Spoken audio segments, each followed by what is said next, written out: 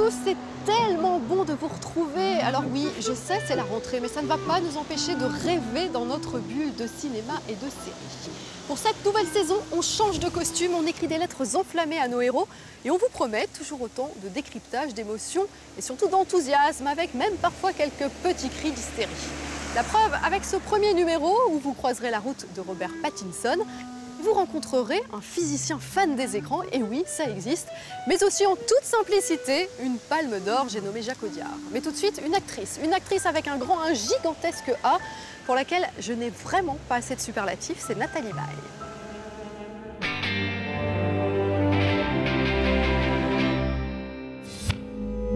C'est dans la quiétude du jardin d'un élégant hôtel que j'ai rendez-vous avec Nathalie Baye, à 1000 lieues de l'atmosphère paranoïaque de son dernier film. Si l'actrice a déjà maintes fois prouvé qu'elle excelle dans les rôles sombres, elle n'avait encore jamais joué les vraies méchantes. Dans La Volante, elle incarne une femme en quête de vengeance qui s'immisce progressivement dans la vie de toute une famille. Nathalie Baye, je ne pensais pas oser vous le dire un jour, mais vous faites peur. Et pourquoi est-ce que c'est bon de faire peur? De faire peur? La peur, c'est une émotion particulière. C'est une émotion particulière. Tout le monde ne veut pas la ressentir. Il y a quelque chose de désagréable et de délicieux.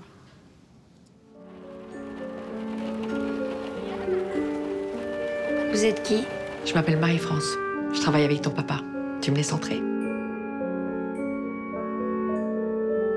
Mais c'est quand même curieux de voir sa secrétaire débarquer comme ça à l'improviste, non? Faites le tour de l'immeuble et déposez-moi au même endroit, s'il vous plaît. Comment vous avez appréhendé cette femme et sa folie? Avec beaucoup de psychologie ou très peu? Je me suis laissée aller à rentrer dans ce personnage, à l'aimer. J'ai pas essayé ni de la défendre, ni de la juger. Je juge jamais un personnage que j'interprète. Je l'accompagne. Le voyage qui peut se passer comme ça le matin quand on arrive, de passer d'un personnage à un autre, c'est une gymnastique à laquelle maintenant, quand on a fait ce métier-là depuis longtemps, on est habitué. Et moi, j'aime beaucoup cette espèce de vertige comme ça que ça peut provoquer d'être subitement et quelqu'un d'autre et puis de revenir à soi. Qu'est-ce qui vous amuse, toi et ta copine? Pardon? Je crois que je ne vous ai pas vu. Petite pétasse. Mais ça va pas, non.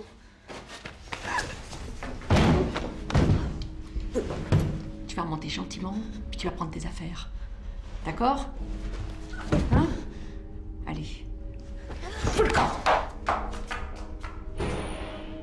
Il y a quelques grands personnages féminins de folles furieuses dans l'histoire du cinéma. Je pense notamment à Glenn Close dans Liaison fatale. Il y a eu Rebecca De Mornay dans La main sur le berceau. Est-ce que parfois encore vous pouvez avoir des petits flashs où vous pensez comme ça à certaines performances, certains personnages? Oui, bien sûr, mais quand on joue un personnage, moi, j'essaye pas trop de penser à ça après parce qu'autrement, c'est encombrant et puis c'est pas... on va pas essayer d'imiter, etc. Mais j'adore tous ces personnages-là et c'est des rôles très excitants pour un acteur. Il peut y avoir des pièges aussi dans le cinéma de genre. Ça peut devenir grotesque, ça peut devenir grand guignol. On est sur la lisière tout le temps. On est sur la lisière. Un peu trop, c'est la catastrophe, c'est ridicule, c'est... voilà. Pas assez, on n'y croit pas. La difficulté, elle est là, quoi. Il faut avoir une grande confiance en son réalisateur ou en ses réalisateurs, parce que là, il se trouve que ce sont deux réalisateurs. Mais c'était le cas. C'était le cas, je les connaissais peu, mais j'avais vu leur premier film et j'avais vu qu'il y avait du talent et que c'était des types très sincères dans leur démarche et je leur ai fait confiance. Vous les avez laissés vous filmer vraiment de la manière qu'ils souhaitaient? Parce qu'il y a un ou deux plans, moi j'étais très surprise, il y a des plans où on ne vous reconnaît pas. Il y a un plan, je crois, où vous êtes allongé, où tout d'un coup ce personnage fait très vieux. Enfin, c'est fascinant, hein, parce que oui, elle parce peut que être si très vous voulez, je élégante. crois que si on essaye d'être beau sur tous les plans, que tout est contrôlé, etc. et tout, ça marche pas. Dans la vie, il y a des moments où on est pas mal, il y a des moments où on est moche, il y a des moments où on est beau, il y a des moments où on est fatigué, il y a des moments où on a l'air en pleine forme, on est tout jeune, il y a des moments où on a 300 ans. Enfin, vous voyez, c'est ça. Et donc, il ne faut pas essayer de... moi, je ne suis pas du tout mannequin, hein, je suis une actrice, donc il faut que je puisse être vilaine, pas séduisante, rayonnante. C'est le jeu. Il n'y a jamais des rôles que vous avez refusés pour une question d'image? Ah non, jamais. Parce que ça irait à l'encontre Non, non, c'est pas, ça serait pas au niveau des rôles, de... ça serait des films parce que ça véhicule une réflexion, une pensée à laquelle je n'adhère pas. Mais autrement, peur parce que le personnage est antipathique ou odieux ou idiot, non, pas ça. Et est-ce qu'il y a des réalisateurs qui vous ont poussé plus loin que ce à quoi vous vous attendiez? Oh, oui, bien sûr, certainement. Oui, oui, bien sûr. Le premier film de Nicole Garcia, Un week-end sur deux, Nicole m'a poussée à être à des choses que je lui en suis très reconnaissante. Un personnage plus dangereux avec les enfants, pas une mère qui ne sait pas y faire. Ma nature n'étant pas tout à fait sage, mais elle m'a poussée à être pénible parfois, cette femme, à être désagréable et tout ça. Et j'ai adoré ce rôle. Comment vous cultivez le plaisir de jouer? En essayant d'être totalement sincère dans mes démarches et de ne faire que des choses que j'ai envie de faire. C'est mon luxe. J'ai jamais déplacé mon désir. C'est-à-dire que souvent... quand on commence à être connu, à gagner de l'argent, etc., on a envie de posséder des choses, on en veut plus grand, plus cible, ça. Et du coup, on finit par être obligé de courir après l'argent et des trucs comme ça. Moi, je me suis toujours dit que ce que je voulais, c'est la liberté. Je suis une obsédée de la liberté. Et de pouvoir, en tout cas, faire que des choses que j'avais envie de faire, auxquelles je croyais. Alors, je me suis trompée parfois, hein, mais voilà. Et donc, justement, j'ai préservé mon désir. Parce que si on n'a plus de désir pour jouer, c'est comme d'embrasser quelqu'un qu'on n'a pas envie d'embrasser. Nathalie Baye ou Le désir intact. Entre une série aux côtés de sa fille Laura Smet, dirigée par Cédric Clapiche, un nouveau polar ou des courts-métrages de réalisateurs auxquels elle croit, voilà une comédienne qui s'autorise encore et toujours toutes les aventures.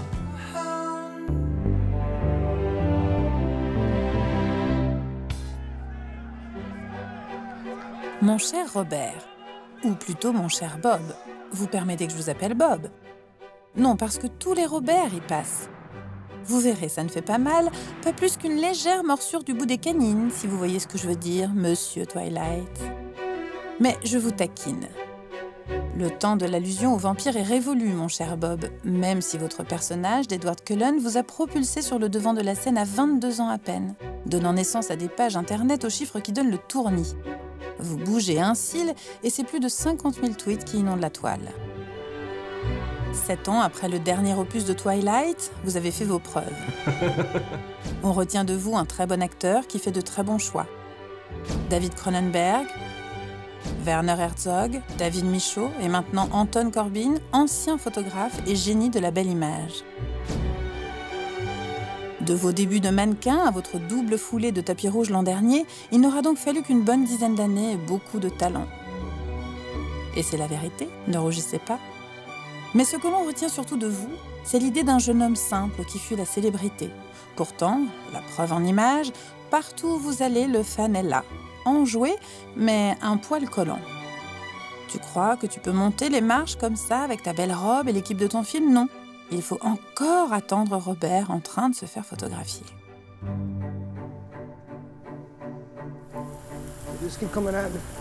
Dans Life, ironie du sort et du casting. On le sait, on l'a lu.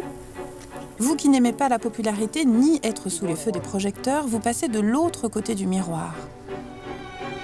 Vous jouez Dennis, photojournaliste pour l'agence Magnum dans les années 50, celui qui éclaire les autres tout en restant dans l'ombre de son Leica argentique. Et dans la lumière de votre ampoule flash, un jeune inconnu, James Dean. À l'époque où il tapait sur des congas dans l'Indiana.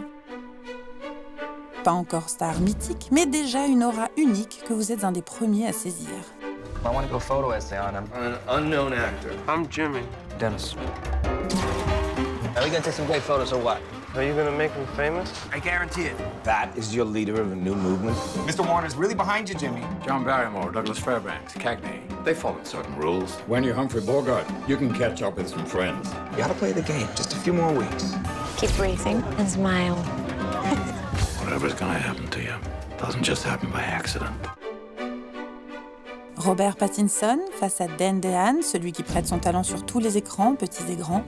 Un casting de choix, deux personnages que tout oppose et qui vont malgré tout s'enrichir l'un l'autre tout au long de l'histoire, autour du rapport à la célébrité, votre talon d'Achille. I think Dennis's biggest problem is he can't appreciate his own work, because he was taking good photos before he met Jimmy as well, but he just didn't regard them as anything worthwhile.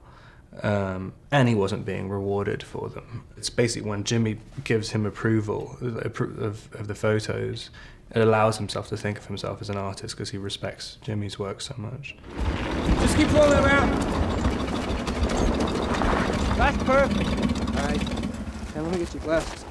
Il y a 60 ans, James Dean, le comédien en herbe, donnait son aplomb à Dennis Stock, le jeune photographe pas très sûr de lui et pourtant déjà dans le système. All right, now look down the lens and you keep that scalp. I'm disappointed in you. Well, you're not the only one. Aujourd'hui, c'est le public qui vous donne enfin la place d'acteur que vous méritez, vous qui avez été bousculé trop jeune par une popularité aussi soudaine que violente. Bienvenue dans la cour des grands, mon cher Bob, et sachez garder ce beau sourire pas blasé et cette classe toute britannique. Un beau Robert comme vous, on n'est pas prêt de le laisser filer.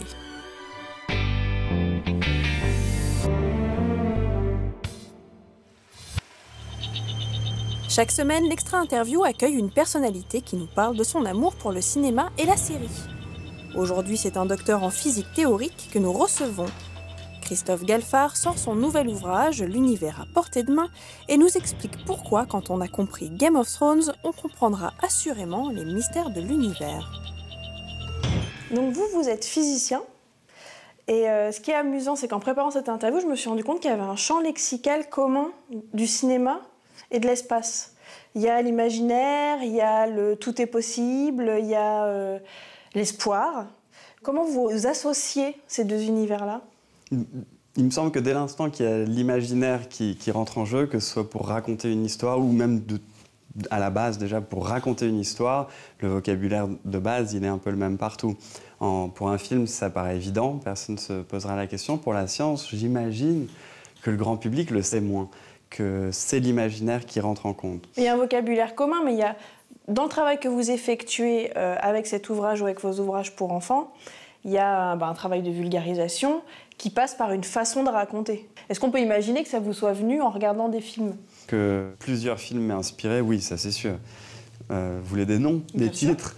Je sais pas, il y a enfant, il y a E.T. qui m'avait marqué, mais vraiment marqué. J'en ai fait des cauchemars pendant des semaines, donc je sais pas si c'est le... Effrayé, ouais, vraiment.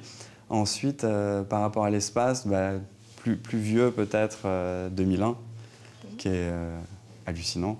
Et puis plus récemment, personnellement, j'ai adoré Gravity.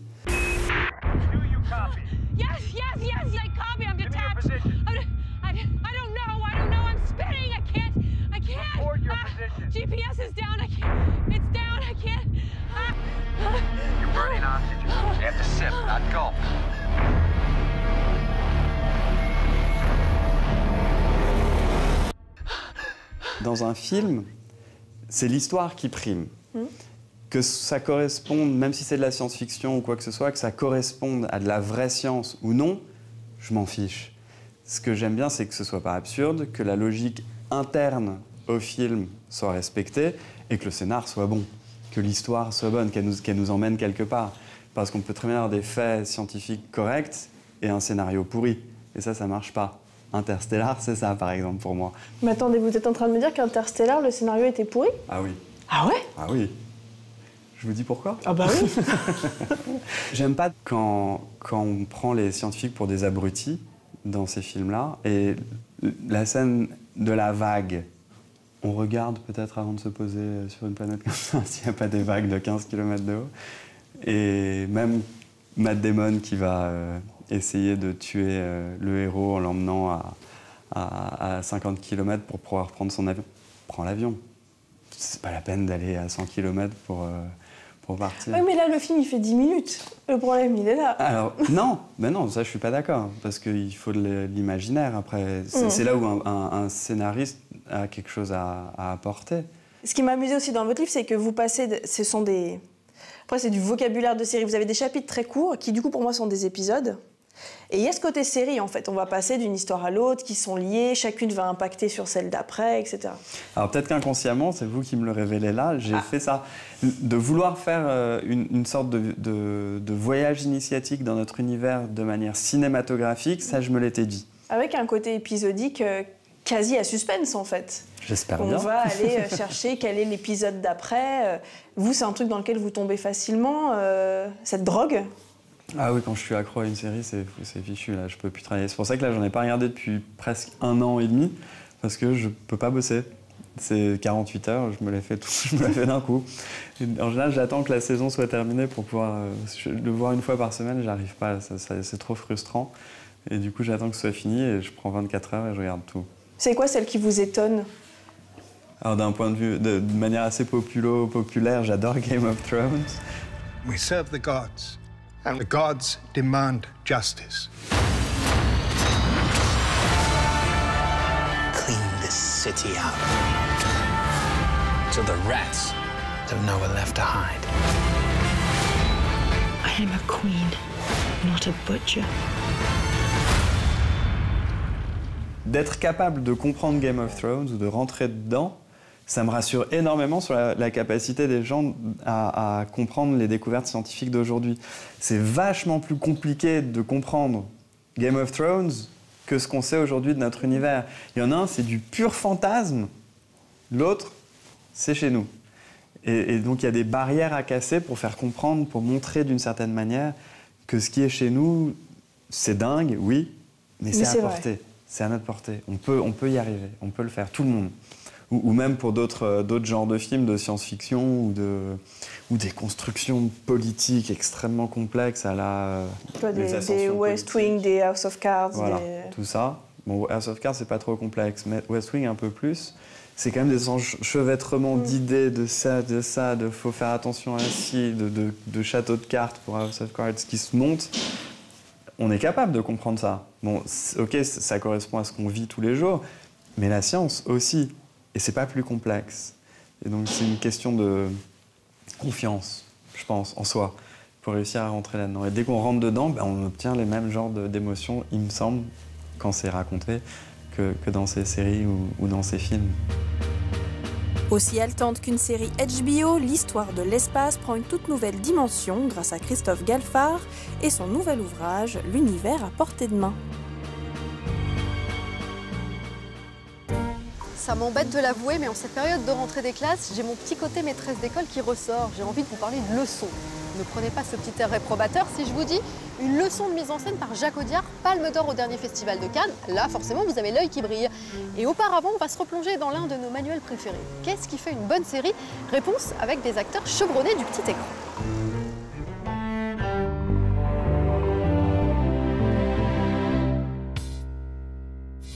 Cette semaine, Madame Esseri s'interroge sur ce qui fait une bonne série. Vaste question. Nous en avons parlé au Festival de Monte-Carlo avec ceux qui les incarnent, dont Ron Perlman, qui après plus de 3 décennies au cinéma a trouvé une seconde jeunesse dans Sons of Anarchy. If I can't take my eyes off it, if I want to keep watching because I'm drawn into the storytelling and the beauty of the imagery and the honesty of the performances. Hey!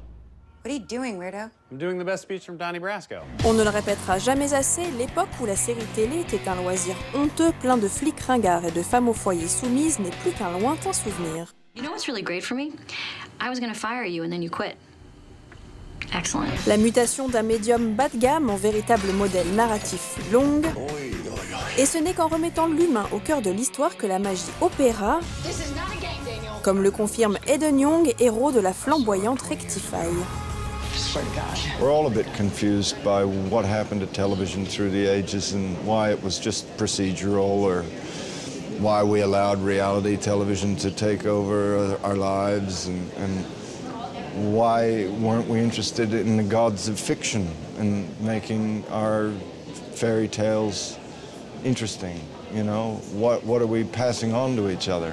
I finally did it. Look at him, he might as well be dead. I'm asking you if your life is worth saving. Are you worth saving? It's time to join the human race in all its permutations. You look at life like it's a burden. It's a gift, man. I know. Shows like 6 Feet Under and The Sopranos and The Wire, you know, have explored and opened doors to that long-form style of character development and storytelling and narrative. L'ingrédient principal pour concocter une bonne série serait donc le plus simple. Nous, êtres humains à la dramaturgie toujours plus forte que les fictions. We're special. We're powerful. We can change everything. Pour écrire ces séries toujours plus proches de nous, il faut des auteurs confiants qui croient en la capacité du spectateur à réfléchir et à analyser. I don't like to be spoon-fed all the answers. I like a show that holds back some information, so I have to work. To me, that's good storytelling. The shit you brought down when you slapped that kid, I'm in the permanent fucking doghouse. It's not my fault your wife wears the pants. Fuck you. You know, shows like House of Cards, Bloodlines, True Detective, shows like that, they're intelligent storytelling, and there's a leanness to the way they tell the story that makes you work as an audience member. I want to work when I'm watching something. I don't want it all given to me all at once. Et comme l'ont prouvé les séries fondatrices de ce nouveau genre sériel, de Oz à Deadwood, ce qui fait la différence, c'est l'audace, oser la nouveauté et se donner les moyens d'y attirer le public. Good television. Good writing, always good writing. The opportunity to take chances, because sometimes we just do the same things because it makes money. Things like Game of Thrones, really taking a risk and really trying to help people become immersed in that world. You know, for me, I think a good television show is when you believe that that world exists. Pour les comédies, la formule est la même. Grâce à des dramédies comme Louis ou Girls, le rire n'est plus le royaume de la blague potache, mais celui de l'empathie. Greg Poller, créateur de Welcome to Sweden, en sait quelque chose, depuis qu'il a décidé de raconter sa migration des États-Unis à la Suède avec humour et réalisme. Swedish is impressive. When you love someone, it's the very least you can do, is to learn their language. That's good.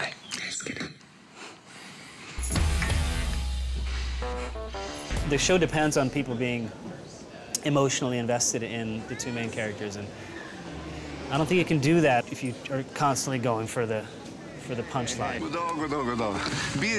I'm sorry, I don't speak any Swedish yet. I don't know if Emma told you. Papa. We had scenes where, in fact, when we shot them, and then the editors started going over it, they were like, "Where's the joke here?" And I had to be like, no, there's no joke in it. That's just a sweet kind of loving scene. Tell me about your detective squad. Scully, Hitchcock, and Daniels. Même conclusion pour Terry Crews, flic musclé de Brooklyn Nine-Nine. Hard to read and really scary. I think with comedy, it's about telling the truth in a new way. Charles Boyle, he's not physically gifted. One thing I know with comedy, you have to recognize it.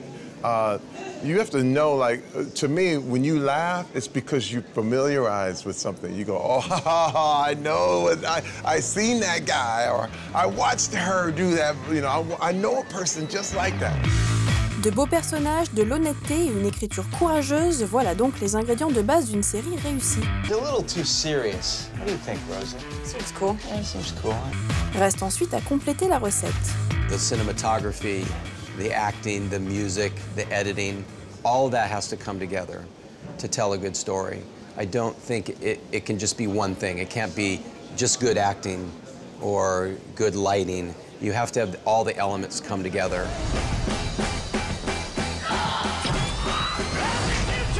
If you want to win a war, you gotta fight ugly.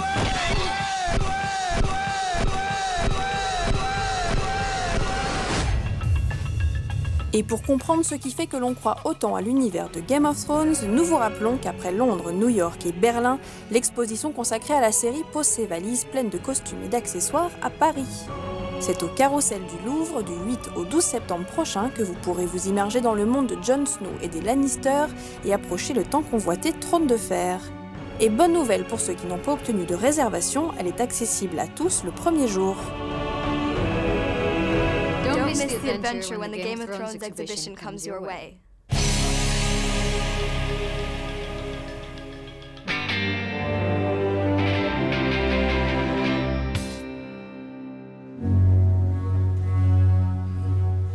Pour son 7e film, le metteur en scène Jacques Audiard vient de faire son entrée aux côtés de Clouzot, Piala ou Kanté dans le club très fermé des 7 réalisateurs français récipiendaires d'une Palme d'Or.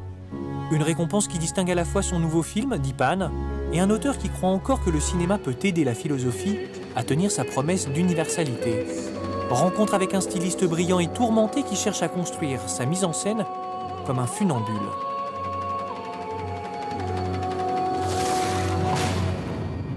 Je sais que vous n'êtes pas un partisan de multiplier les prises parce que vous voulez garder une fraîcheur du texte et de la situation. Est-ce que ça a été encore le cas? D'une manière générale, oui. Je trouve qu'à un moment donné, comment le répéter, la même action, les mêmes mouvements, les mêmes expressions, chercher la tonalité, tout ça, c'est quelque chose qui moi, me fatigue.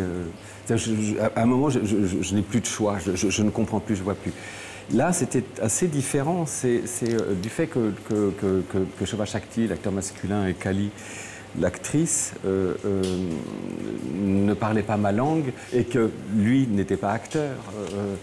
C'est donc une démarche assez différente où il faut être plus patient. Voilà. J'ai dû faire plus de prises, j'ai dû faire tourner plus. Mais c'était normal parce que, comment objectivement, l'approche était plus difficile.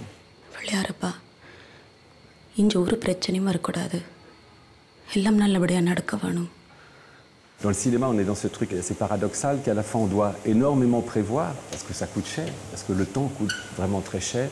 Il y a beaucoup de corps de métier qui sont là. Et donc, on doit tout prévoir. Et ben, à un moment donné, si on est juste dans ce système prévisionnel, il ne va se produire que ce qu'on a prévu. Et là, il y a de fortes chances que ce soit décevant, insuffisant. Donc, je trouve que à un moment donné, l'attention doit se porter sur l'inclinaison qu'on doit donner au plan, où toute l'équipe va commencer à glisser dans une pente, les acteurs, l'équipe, tout ça. Et là, ça va commencer à devenir, je pense, bien. C'est là que ça se produit. Vous n'avez pas fait d'école de cinéma, Jacques Audiard. Est-ce que c'est un manque? Ça a été un manque à un moment? Oui, bien sûr, oui. Moi, je pense, mais je m'en suis aperçu très tard. En fait, c'est un manque générationnel pour moi. C'est que je crois qu'une école de cinéma, je ne sais pas si ça sert. Moi, il s'avère que j'ai donné parfois des cours dans une école de cinéma. Et moi, ça m'a manqué à un moment donné. Comment une école de cinéma, on apprend sans doute des choses dans une école de cinéma, mais je crois que c'est beaucoup moins important que les alliances qu'on va passer avec les gens de sa génération. Et ça de manière interprofessionnelle, tous les postes, les ingénieurs du son de sa génération, les chefs opérateurs de sa génération, les scénaristes de sa génération, les producteurs de sa génération. Ça m'a manqué. Moi, quand je commence à faire du cinéma, à réaliser, j'ai 40 ans passés. J'ai en gros 10 ans de plus que tous les gens qui commencent à faire du cinéma à la même époque. Sauf qu'ils sont ensemble, moi je suis assez seul. On passe au cas concret. J'ai choisi 7 extraits, Jacques Audiard. Au départ, on est plutôt dans un plan moyen et il y a 2 mouvements simultanés. Cette caméra qui recule et ces personnages qui avancent. Pourquoi cette combinatoire formelle? Moi, ce qui m'importe là, c'est vraiment d'amener de l'espace où j'aurais tendance, moi, à le restreindre toujours. Et de donner cette image d'une famille dans une situation X. Je les vois de loin, c'est une famille absolument ordinaire. Or, ces gens-là ne sont pas une famille. Et c'est tout leur problème. C'est comme des animaux en cage, c'est des gens qui sont enfermés. Ils sont absolument en cage, ils sont enfermés, ils sont encadrés de barrières. Et les montrer tous les 3, c'est la possibilité de la famille qui est là, en cage. Alors, on poursuit cet extrait. Et ils sont à deux. Voilà, oui, ils sont à deux exactement. Et ça, la mer est à l'extérieur. Alors ça, c'est beaucoup plus clair. Alors ça, c'est intéressant parce que ce cadre, il est divisé en deux, pour pas dire en trois. Une première partie qui est sombre, avec une amorce, et la jeune femme est à l'extérieur. Enfermée à l'extérieur. Voilà, enfermée dehors, avec cette notion du surcadrage, et derrière un mur. Son avenir est bouché, autant dire. Tout à fait, c'est bien, vous lisez bien. Vous avez préparé la féministe. Non, c'est une lecture filmique. Oui, mais ce qui m'importait, c'est que Cali soit derrière la fenêtre, derrière la ville, qu'elle soit spectatrice extérieure à ça, et que eux deux, l'homme et la petite fille, aient un rapport de tout à coup d'assez grande intimité et, entre guillemets, de tendresse, qui laisse supposer que quelque chose est en train de se passer de possible entre deux. Et quand on est un grand réalisateur, on pense tout au moment du tournage. Non, pas du tout. Ah bah alors, ce qui est formidable, c'est que... On remplit le cadre, ça c'est vrai. Alors voilà, là, il y a une continuité. On est encore dans un plan qui est divisé en deux. Vous gardez cette amorce. Non, c'est que le point est derrière, enfin le point est sur lui, oui. Donc il y a un effet de vignettage naturel. Et pourquoi par exemple ne pas avoir filmé vos deux personnages nets? Pourquoi avoir voulu que ce soit le point soit sur votre personnage masculin? C'est un petit peu idiot, mais j'ai fait une réponse, c'est parce que j'aime vraiment ça. D'accord. Non, c'est que j'aime bien, et encore, bon, parfois je fais des amorces encore plus grosses et plus floues, mais j'aime bien ça. Alors poursuivons cet extrait qui est riche. C'est assez dynamique en fait. Et là, il va y avoir un mouvement, mais en montage, vous êtes repassé par un plan de coupe. Pourquoi ne pas l'avoir laissé dans sa continuité? Je devais l'avoir, je pense, comment. Après, c'est des questions de rythme, c'est pas de... D'accord, c'est juste pour le rythme. Oui, c'est une question, pour moi, c'est une question de rythme. Puis vous savez, je travaille quand même avec quelqu'un que j'aime beaucoup, avec Juliette Welfling, qui a son idée sur la question, et qui est, je trouve, vraiment une monteuse qui a vraiment un sens du rythme, quoi, et je trouve ça, c'est que dans le même mouvement, voilà, remettez en arrière s'il vous plaît. Ici, voilà, le passage est fugitif sur comment la mer est découverte. Il y a un effet de volet. Et alors, ce qui est intéressant, c'est que voilà, le personnage de la jeune fille part, et on est sur ce qu'on appelle au cinéma un regard off. On ne voit plus la jeune fille, pourtant on sait qu'elle est présente. Ça suggère quoi? Pourquoi ne pas l'avoir accompagnée et d'être restée sur lui? Parce que à ce moment-là, c'est comment à ce moment-là, la jeune fille s'éloigne de dos. C'est un plan que ça ne me viendrait même pas à l'esprit de le faire. C'est un plan qui va être avec le couloir. C'est un plan qui va être que je ne veux pas aimer. Ça, je sais, qui va être. Je préfère l'intensité d'un regard dont je ne connais pas l'objet que de voir l'homme. C'est vraiment non. Là, je reste sur lui. Après, je les retrouve tous les deux s'éloignant. Il y a dans cet extrait un début et une fin qui se répondent. La jeune fille, au début de cet extrait, est rentrée hors champ. Et là, oui, elle sort hors champ. Est-ce que vous êtes attentif à ça, à ce parallélisme-là? Non. Et à vrai dire, vous savez comment ce que vous dites là supposerait, c'est intéressant, supposerait par exemple que qu'il y ait un découpage préalable très réfléchi, très pensé. Et ça, c'est quelque chose contre le... Enfin, je pense qu'on se serait rencontrés à mon premier ou deuxième film. Je vous aurais dit exactement le contraire de ce que je vous dis là. Moi, j'arrive sur un... à la limite, aujourd'hui, je ne veux plus savoir. Je ne veux plus savoir comment. Je pense que le plan où la petite fille arrive en courant, j'ai dû à un moment me mettre de l'autre côté, voir ce que ça donnait, comme ça. Et puis je me suis dit, tiens, là, voilà, parce que peut-être il y a ces perspectives de grille, il y a cette chose qui tout à coup focalise sur la chose. Et si ça ne tenait qu'à moi, je travaillerais avec les comédiens le matin et je ne tournerais que 2 heures l'après-midi. Vous voyez ce que je veux dire? C'est pas... Et comment, si on sait... si on sait ce qu'on va faire, à un moment, pourquoi le fait-on? Ou qu'est-ce que ça va exprimer? La dernière question, Jacques Audiard, c'est un rituel. Pourquoi filmez-vous? Je crois que je m'en suis aperçu, c'est un petit peu triste, mais je crois que c'est à peu près un des seuls rapports que j'ai vraiment avec le monde. Et c'est le seul rapport possible que j'ai trouvé. Et ça, avec une équipe de cinéma, et puis après avec des gens que je ne connais pas, et puis sinon je suis plutôt taciturne et mélancolique.